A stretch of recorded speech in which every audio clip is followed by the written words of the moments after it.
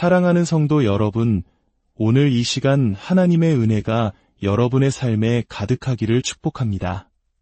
본격적인 이야기에 앞서 잠시 여러분의 마음을 나누어 주시길 부탁드립니다. 만약 오늘 이 말씀이 여러분의 마음에 울림을 준다면 구독과 좋아요를 통해 더 많은 분들과 이 은혜를 함께 나누어 주십시오. 여러분의 작은 손길 하나가 지금 이 순간에도 어둠 속에서 빛을 찾고 있는 누군가에게는 큰 위로와 희망의 등불이 될 수 있습니다. 여러분의 나눔을 통해 하나님의 크신 사랑과 축복이 온 세상에 흘러넘치기를 간절히 기도합니다.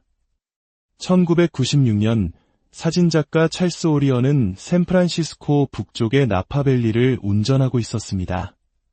그러던 중 그의 눈길을 사로잡는 특별한 풍경을 마주하게 됩니다. 부드럽게 경사진 푸른 언덕, 그 아래에는 수줍게 피어난 몇 송이의 야생화가 풀밭을 점점이 수놓고 있었습니다. 오리언은 그 평화로운 풍경의 아름다움에 완전히 매료되었습니다. 그는 좋은 사진작가라면 누구나 그랬을 것처럼 차를 길가에 세우고 카메라의 구도를 잡았습니다. 그렇게 탄생한 사진 속에서 언덕의 싱그러운 초록빛은 눈부시게 파란 하늘과 완벽한 조화를 이루었고 하늘에 떠있는 몇 조각의 새하얀 솜털구름은 색과 질감의 깊이를 더해주었습니다. 자세히 들여다보면 누군가가 방금 잔디를 깎은 듯한 대칭적인 무늬가 언덕에 남아있는 것까지 볼 수 있었죠. 만족스러운 출사였다고 생각하며 오리언은 장비를 챙겨 다시 길을 떠났습니다. 그는 자신이 방금 역사상 가장 많이 본 사진을 찍었다는 사실을 전혀 알지 못했습니다. 몇 년 후 마이크로소프트사가 블리스라는 이름이 붙은 이 사진의 저작권을 사들였고 디자이너들은 이 사진을 새로운 운영체제, 바로 우리에게도 익숙한 윈도우 XP의 기본 배경화면으로 설정했습니다. 윈도우 XP가 단종될 무렵 마이크로소프트는 이 블리스 사진이 전 세계 수십억 명의 사람들에게 보여졌을 것이라고 추정했습니다. 이는 역사상 가장 유명한 그림인 모나리자보다도 훨씬 많은 수치입니다. 제가 성경의 시편을 사랑하는 이유 중 하나는 시편이 바로 이런 놀라운 그림들을 그려내기 때문입니다. 찰스 오리어처럼 시편 기자들은 그림을 창조하는 전문가였습니다. 다만 그들은 붓이나 카메라를 사용하지 않았습니다. 그들은 말씀이라는 도구를 사용했습니다. 예를 들어 시편 107편은 하나님의 인자하심과 성실하심을 찬양하는 시입니다. 우리를 구원하시는 하나님께 드리는 사랑받는 감사의 찬송이죠. 특히 4절부터 32절까지의 부분에서 우리는 4개의 언어로 된 그림, 즉 하나님의 백성들이 인생의 여정에서 마주하는 4가지 상황을 포착한 성경적 카메라 사진을 발견할 수 있습니다. 첫 번째 그림은 사막입니다. 시편 107편 4절에서 9절에 묘사된 이 풍경은 바로 황량한 사막입니다. 시편 기자가 그린 이 언어의 그림을 한번 들어보십시오.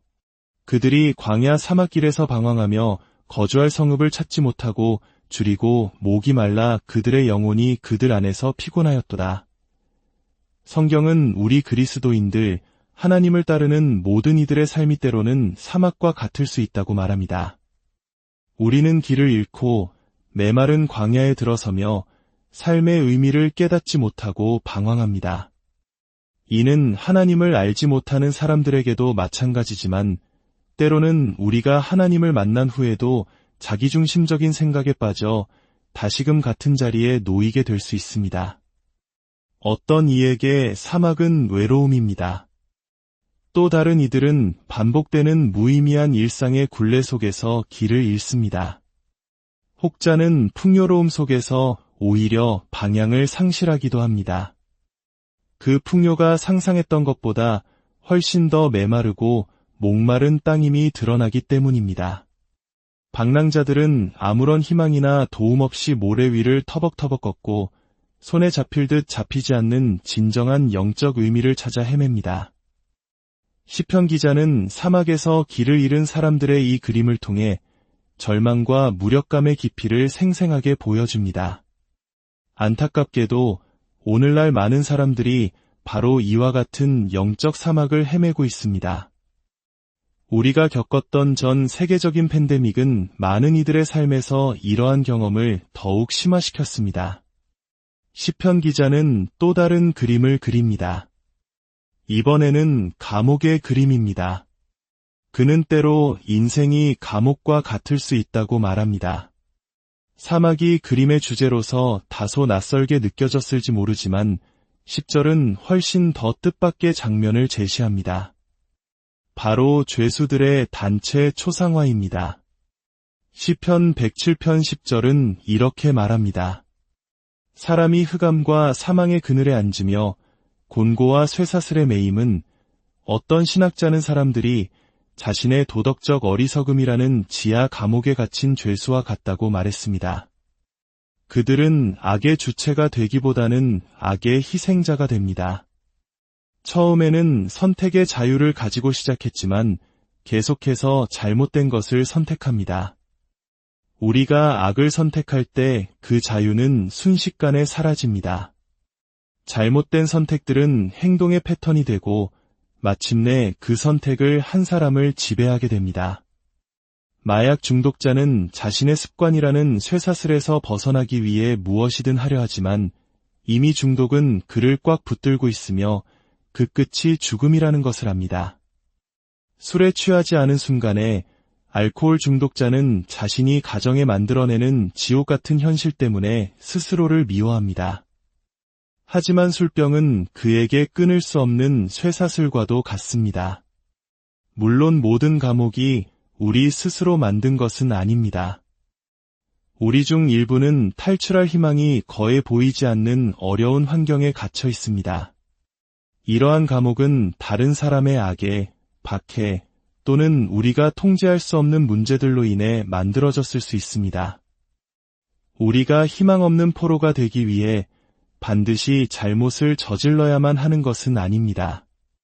시편 기자는 때로 인생이 사막과 같아 메마르고 황량하며 때로는 자신이 만든 쇠사슬에 묶여 감옥에 갇힌 것과 같다고 말합니다. 그리고 여기 우리 중 많은 이들이 공감할 세 번째 그림이 있습니다. 시편 기자는 병원의 그림을 그립니다. 우리는 익숙하면서도 어딘가 위협적인 풍경에 다다릅니다. 시편 107편 17절과 18절입니다. 미련한 자들은 그들의 죄악의 길을 따르고 그들의 악을 범하기 때문에 고난을 받아 그들은 그들의 모든 음식을 싫어하게 되어 사망의 문에 이르렀도다. 이곳은 질병과 고통의 병동이며 죽음의 어둠으로 열리는 복도 역할을 합니다. 물론 모든 질병이 죄로 인해 발생하는 것은 아닙니다.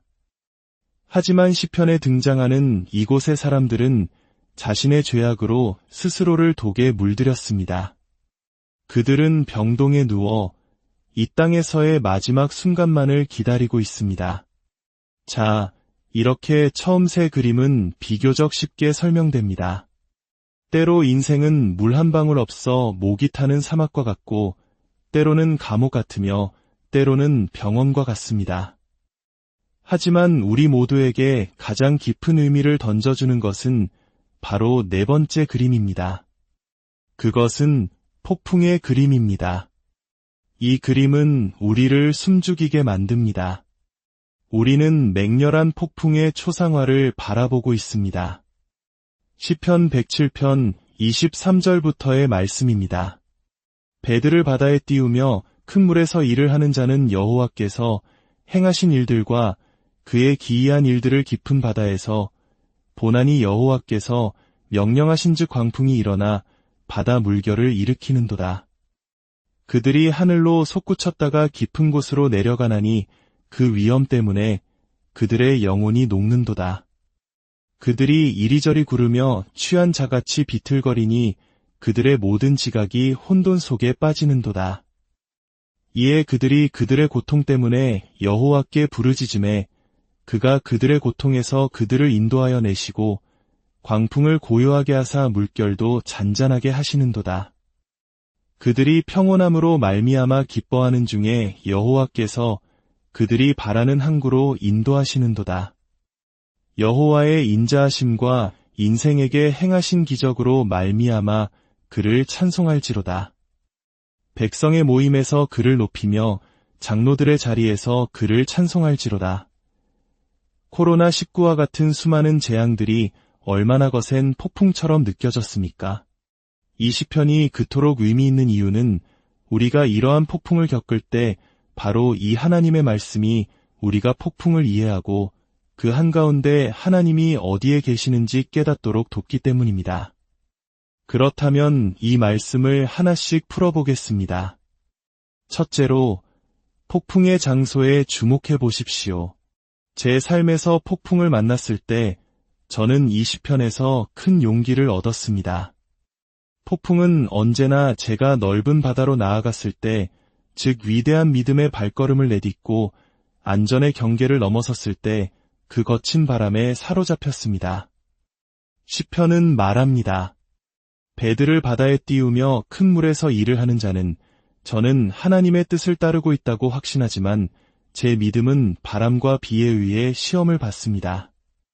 여러분도 그런 경험이 있으신가요?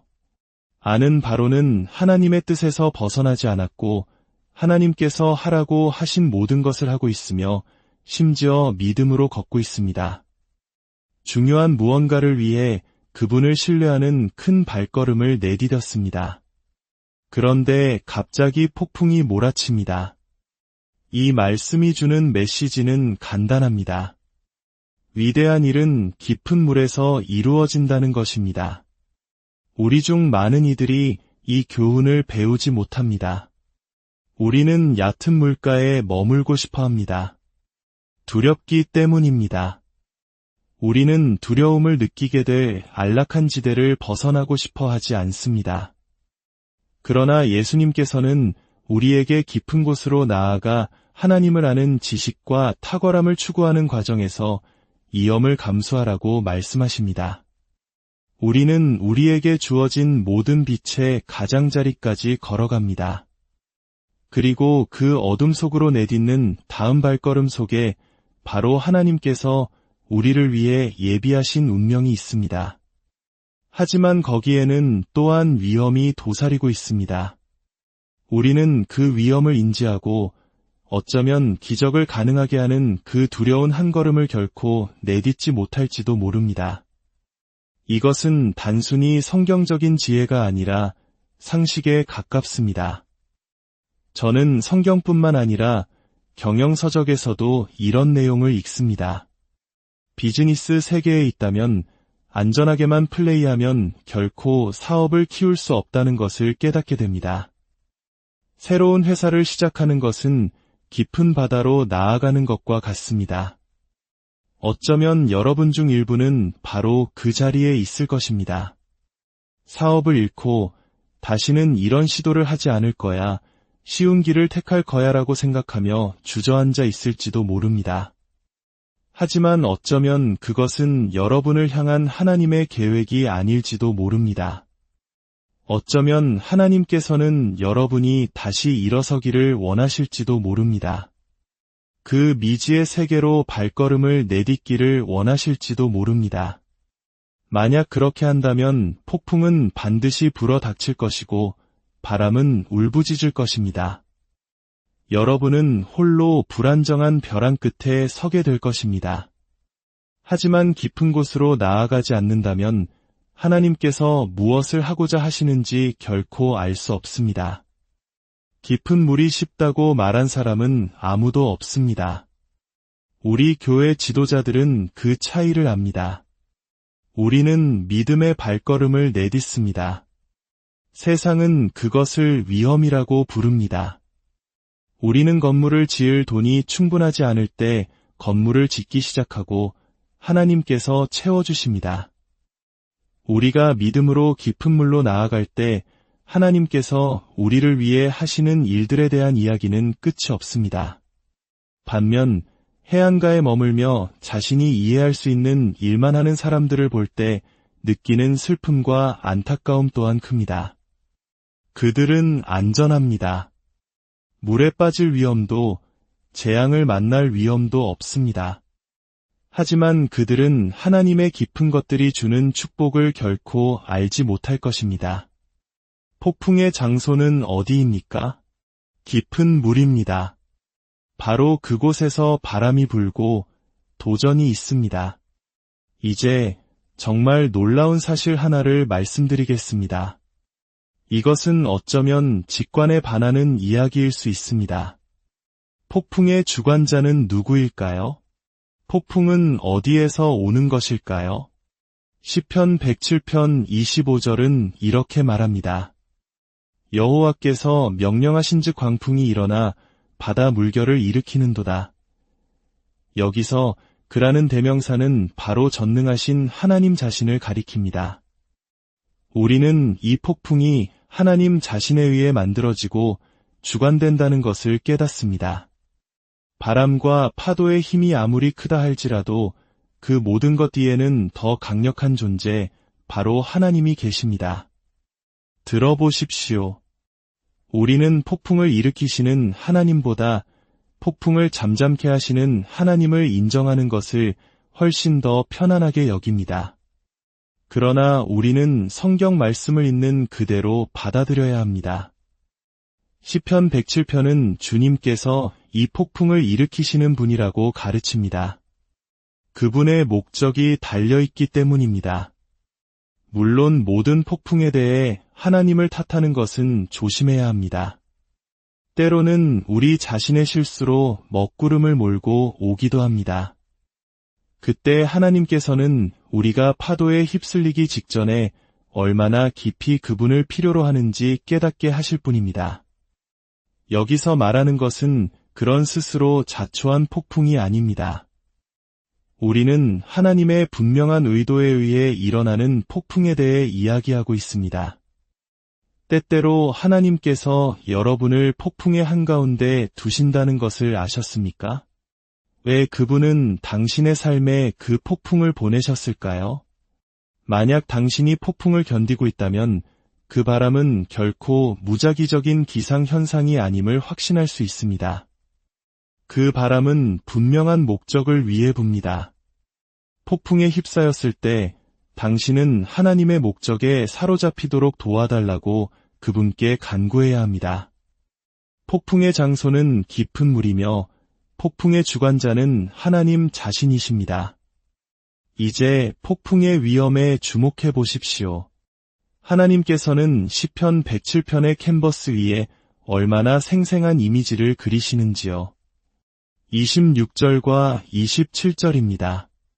그들이 하늘로 솟구쳤다가 깊은 곳으로 내려가나니 그 위험 때문에 그들의 영혼이 녹는도다. 그들이 이리저리 구르며 취한 자같이 비틀거리니 그들의 모든 지각이 혼돈 속에 빠지는도다. 이 구절은 통제불능 상태로 격렬하게 요동치는 장면을 보여줍니다. 혹시 빙판길에서 자동차의 통제력을 잃어본 적이 있으십니까? 그렇다면 이 느낌을 잘 아실 겁니다. 흔들리는 배의 승객들은 그야말로 속수무책입니다. 이 표현이 바로 이 성경 구절에서 유래했다는 사실을 아셨나요? 그들은 모든 지혜와 전략이 바닥났습니다. 폭풍이 그들의 배를 집어삼켰고 승객들은 그저 지켜보며 기도하는 것 외에는 아무것도 할 수 없습니다. 폭풍의 장소는 당신이 믿음으로 발을 내디딘 깊은 물입니다. 폭풍의 주관자는 종종 하나님 자신이십니다. 그리고 폭풍의 위험은 당신을 이성적 능력의 한계까지 이르게 합니다. 다음은 폭풍 속의 기도입니다. 만약 당신이 그리스도인이고 폭풍 속에 있다면 저는 당신이 기도할 것이라고 장담할 수 있습니다. 그것이 세련된 기도는 아닐지라도 폭풍은 기도를 낳습니다. 안타깝게도 기도는 종종 폭풍 속의 마지막 피난처가 되곤 합니다. 첫 번째가 되어야 하는데도 말이죠. 이 구절의 사람들은 28절에서 하나님께로 향합니다.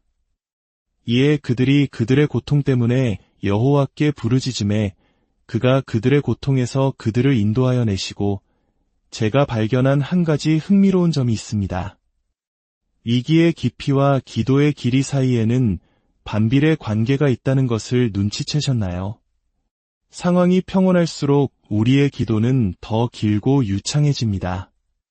하지만 폭풍이 거셀수록 우리의 기도는 더 짧고 단순해집니다. 수세기 동안 수많은 경건하고 고통받는 신자들이 채택한 고전적인 기도로 시작해서 말이죠. 바로 이 한마디입니다. 도와주세요. 여러분은 그런 곳에 있어 본 적이 있습니까? 오직 도와주세요. 라고 외칠 시간밖에 없었던 곳 말입니다. 이 시편의 뱃사람들도 아마 같은 말을 그것도 여러 번 외쳤을 것입니다. 그들의 상황은 다른 그림 속 인물들과 유사한 점이 있습니다. 첫 번째 그림, 사막의 방랑자들은 희망 없이 길을 잃었습니다. 그들에 대해 성경은 이렇게 말합니다. 이에 그들이 근심 중에 여호와께 부르짖음에 그들의 고통에서 건지시고 감옥에 갇힌 죄수들은 어떠했습니까? 그들은 이렇게 외쳤습니다. 이에 그들이 그 환난 중에 여호와께 부르짖음에 그들의 고통에서 구원하시되 죽음과 같은 병동의 환자들은 어떠했습니까? 그들 역시 이에 그들이 그들의 고통 때문에 여호와께 부르짖음에 그가 그들의 고통에서 그들을 구원하시되라고 부르짖었습니다. 폭풍 속에서, 광야에서, 속박 속에서, 질병 속에서 사람들은 필사적으로 탈출구를 찾습니다. 그리고 유일한 탈출구는 바로 위를 향하는 길입니다. 문제가 무엇이든, 고통이 무엇이든 안전으로 가는 길은 단 하나뿐입니다. 유일한 희망은 우리 자신을 넘어 우리를 묶고 있는 족쇄보다 더 강한 누군가에게 손을 뻗는 것입니다. 그리고 그 요구를 채울 수 있는 분은 오직 한 분뿐입니다. 하나님은 분명 우리에게 고통을 주는 모든 것을 미워하십니다. 하지만 하나님은 더 깊은 고통을 피하기 위해 더 작은 고통이 필요하다는 것을 아십니다. 가시를 뽑는 것은 아프지만 그대로 두면 감염이라는 더 깊은 고통을 유발할 것입니다. 하나님은 때때로 몇 개의 가시를 뽑아야 한다는 것을 아십니다. 우리는 고통 속에서 울부짖고 심지어 하나님께 화를 내며 이야기할 수도 있습니다. 그러나 이 모든 것은 목적이 있습니다. 하나님은 우리가 자급자족할 수 없는 존재라는 것을 아십니다. 그분은 우리를 무릎 꿇게 하여 새롭게 그분을 의지하게 하시는 것을 기뻐하십니다. 이제 폭풍 속으로 다시 들어가 봅시다. 우리는 이 소용돌이 한가운데 있고 하나님은 우리의 기도를 들으셨습니다. 그럼 이제 폭풍 속의 평화에 대해 이야기해 보겠습니다. 시편 107편 29절과 30절입니다. 광풍을 고요하게 하사 물결도 잔잔하게 하시는도다. 그들이 평온함으로 말미암아 기뻐하는 중에 혹시 오랜 소음 끝에 찾아오는 고요함의 순수함을 느껴보신 적이 있습니까? 소리의 폭정이 갑자기 힘을 잃고 뒤따르는 정적은 마치 우리의 영혼을 해방시키는 것 같습니다. 이것이 바로 우리가 폭풍 뒤의 고요함이라고 부르는 현상입니다. 폭풍을 일으키신 분이 또한 폭풍의 주인이시며 순식간에 그것을 거두어 가실 수 있다는 것을 우리는 마음 깊이 깨닫습니다. 그분이 폭풍을 보내시고 또 거두실 만큼 위대하시다는 것을 깨달을 때 우리는 엎드려 그분을 경배합니다. 폭풍 속의 은혜는 폭풍을 만드신 창조주가 또한 그것으로부터의 구원자이심을 믿는 믿음의 결과입니다. 그분은 주위의 모든 것이 무너져 내릴 때 우리에게 평화와 힘을 주실 수 있는 분입니다. 그분은 우리의 구원자이시며 그 사실은 시편 107편이라는 영원한 갤러리의 모든 캔버스에 생생한 색으로 영광스럽게 묘사되어 있습니다. 첫 번째 그림은 길을 찾지 못하는 사막의 방랑자들을 보여줍니다. 그가 또 바른 길로 그들을 인도하사 거주할 성읍에 이르게 하셨도다. 그 다음 어두운 감옥을 다시 방문합니다. 포로들에게 무슨 일이 일어날까요? 흑암과 사망의 그늘에서 인도하여 내시고 그들의 얼거맨 줄을 끊으셨도다. 그리고 병원에서는 환자들이 거의 죽을 지경입니다. 그러나 그들은 기적적으로 치유됩니다. 20절을 보십시오. 그가 그의 말씀을 보내어 그들을 고치시고 위험한 지경에서 건지시는도다. 집중호우든 사막이든 지하 감옥이든 질병이든 이기의 구체적인 사실은 궁극적으로 중요하지 않습니다. 왜냐하면 하나님께서 모든 것을 주관하시기 때문입니다. 우리가 고통 속에서 하나님께 부르짖을 때 그분은 우리를 들으시고 물결을 잠잠케 하실 것입니다. 이제 다시 한번 정리해 보겠습니다. 폭풍의 장소는 우리가 하나님을 신뢰하며 나아가는 깊은 물입니다. 폭풍의 주관자는 종종 하나님 자신이십니다. 폭풍의 위험은 우리를 속수무책으로 만듭니다. 폭풍 속의 기도는 하나님 도와주세요입니다. 폭풍 속의 평화는 파도와 우리 마음의 잠잠함입니다. 그리고 폭풍의 목적은 무엇일까요? 30절입니다. 여호와께서 그들이 바라는 항구로 인도하시는도다. 주님은 사람들을 폭풍에서 구출하는 데 그치지 않으셨습니다. 그들을 가야 할 곳으로 데려가셨습니다. 이기는 결코 우리를 만났을 때와 같은 모습으로 남겨두지 않습니다. 폭풍이 지나가면 우리는 폭풍을 보내신 분이 또한 우리를 폭풍에서 구원하신 분이라는 것을 알게 될 것이고 우리의 목표는 그분의 목표에 더 가까워질 것입니다. 마지막으로 폭풍 후의 찬양입니다. 고요함이 돌아왔을 때 하나님을 찬양하는 것 외에 우리에게 무엇이 남아 있겠습니까? 107편 전체에 걸쳐 반복되는 후렴구를 보십시오. 사막의 경험 후에, 감옥의 경험 후에, 병원에서 죽을 뻔한 경험 후에, 그리고 폭풍에서 나온 후에 우리는 무엇을 합니까? 우리는 하나님을 찬양합니다.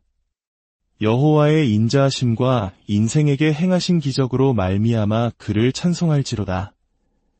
다른 사람들을 당신의 찬양에 포함시키는 것은 정말 중요합니다. 어떤 사람들은 교회에서 하나님을 예배할 필요가 없다고 말합니다. 정원에서 일하거나 호숫가 별장에서 혼자서도 얼마든지 예배할 수 있다고 말이죠. 편리하게 들릴지 모르지만 성경적이지는 않습니다. 성경은 우리에게 함께 모여 하나님을 높이라고 말씀합니다. 하나님의 뜻은 당신이 하나님의 백성들과 함께 장로들 앞에서 함께 예배하는 것입니다. 우리가 함께 그렇게 할 때 우리는 혼자일 때보다 훨씬 더 위대한 존재가 됩니다. 함께 우리는 그리스도의 살아있는 몸입니다. 그러니 어떤 상황에 있든 공동체를 떠나 편안해지려고 하지 마십시오. 제가 이 교회에서 목사로 사역한 지 거의 40년이 되었습니다. 초기 몇 년 동안 저는 교회 목사이자 한 기독교 대학의 총장이라는 두 가지 직업을 가지고 있었습니다. 어느 여름 대학은 재정 자원이 바닥났습니다. 교회도 줄 수 있는 모든 것을 주었기에 더 이상 도울 수 없었습니다. 우리는 거의 매주 회의를 하며 무엇을 해야 할지 고뇌했고 서서히 대학의 문을 닫는다는 생각으로 기울고 있었습니다. 어느 날 저는 주위에 휘몰아치는 폭풍을 느끼며 수석 직원들을 모아 인근 기독교 수련원으로 갔습니다. 우리는 테이블 주위에 모여 기도했지만 저는 여전히 깊은 절망과 무력감을 느꼈습니다. 그때 저는 시편 107편을 펴서 그들에게 읽어주었습니다. 저는 말했습니다. 여러분, 우리가 잊지 말아야 할 중요한 것이 있습니다. 우리는 함께 큰 물에서 깊은 물에서 일하기로 선택했습니다. 깊은 곳으로 나아갔으니 폭풍에 갇힌 것을 놀라워해서는 안 됩니다. 우리는 주님께 부르짖어야 합니다. 우리는 눈물을 흘리며 간절히 기도하기 시작했습니다. 바로 그때 문을 두드리는 소리가 났습니다. 수련원 관리인이었고 제게 사무실에서 온 전화를 받으라고 했습니다. 공중전화로 비서에게 전화하니 그녀는 제게 앉을 수 있냐고 물었습니다. 앉을 수 없다고 하자 그녀는 꽉 붙잡으라고 말했습니다. 그리고 그녀가 전한 소식은 이랬습니다. 대학 우편실에서 직원들이 우편물을 개봉하다가 편지 없이 수표만 들어있는 이상한 봉투를 발견했는데 그 수표의 액수가 무려 50만 달러라는 것이었습니다. 저는 믿을 수가 없었습니다. 눈물을 흘리며 회의실로 돌아가자 모두가 무슨 일이냐고 물었습니다. 저는 말했습니다. 아무도 죽지 않았습니다. 우리가 이 방에 앉아 폭풍 속에서 하나님께 도움을 부르짖었고 그분이 우리를 들으셨으며 우리에게 손을 내밀어 평화의 곳으로 인도하셨습니다.